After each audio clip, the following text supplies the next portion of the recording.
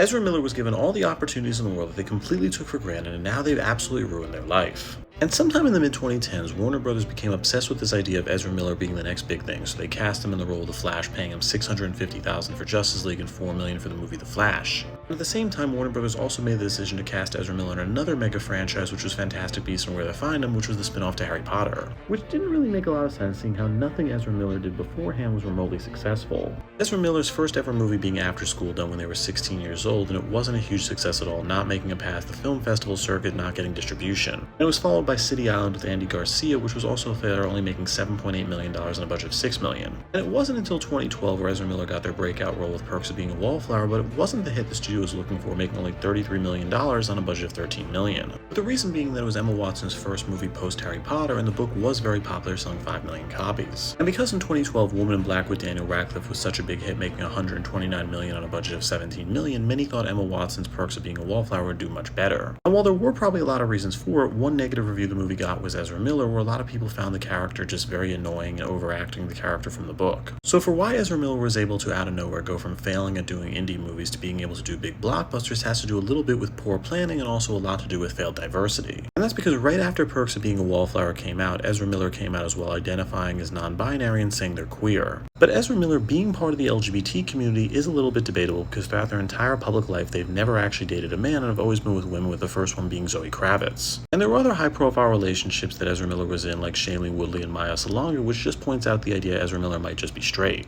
And there was this whole campaign that Warner made where they had the first LGBT superhero with Ezra Miller playing the Flash, but it really doesn't add up when the only claim they have is they're non-binary, but they're not taking hormones, they're not doing anything different, so is that really a claim? But for the other reason Ezra Miller was cast in the Flash, it was just because DC was trying to copy Marvel with the idea of Ezra Miller and Ben Affleck's relationship. Where in most depictions of the Justice League, Batman and the Flash are supposed to be around the same age and have more of a brotherly relationship. DC and Warner Brothers actually tried ripping off Marvel and Disney, trying to recreate the relationship that Robert Downey Jr. and Tom Holland have on screen as Tony Stark and Peter Parker. And it was a pretty cheap attempt, seeing how Ben Affleck and Ezra Miller had almost no chemistry at all on screen, and the only thing they have in common is their train wrecks as humans. And then there was Fantastic Beasts and Where to Find Them, and the reason Warner cast Ezra Miller in that role was because of Emma Watson, where they were friends from Perks of Being a Wallflower, and she introduced him to David Yates, who directed the final 4 Harry Potter movies. While Ezra Miller had these 2 mega franchises, both of them ended up being complete and total flops. Ezra Miller's first go at The Flash didn't do well, with the Justice League originally losing $100 million in the original cut. And even though the first Fantastic Beasts movie was successful, the sequels that followed it were really unsuccessful, with the second one being panned critically. While those were failures, Ezra Miller wasn't responsible for either of them, but what they were responsible for was absolutely ruining their life with numerous arrests and other scandals. And it all starts with this incident right here of Ezra Miller choking a woman. Learn it? Did you want to fight? Is that the deal? Whoa, bro. Fight?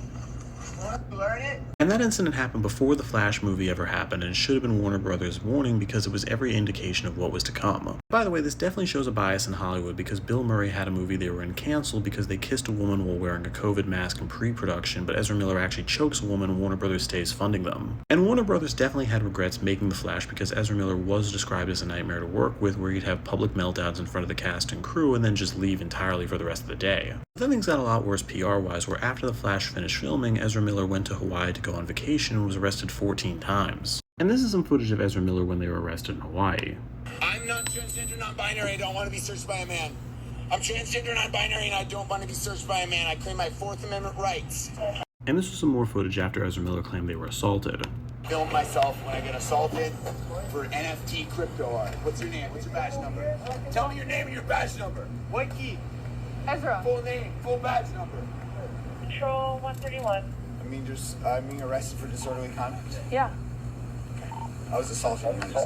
The arrests were all for some very bizarre things, like throwing a mic at a woman at a karaoke bar because he didn't like her singing, and also at the same time starting fights at gas stations. And probably the most serious incident Ezra Miller had was they ran into the bedroom of the people they were staying with in Hawaii with a knife, threatening them, and also stole their passports. But things got even worse after that, because Ezra Miller left Hawaii to go to New Hampshire, hoping things would be clean, but instead they broke into their neighbor's property and stole stuff. Then there was also a missing persons case where 3 kids and a woman were reporting missing, and a father said that the reason was because Ezra Miller was hiding them because the woman had to give custody to him.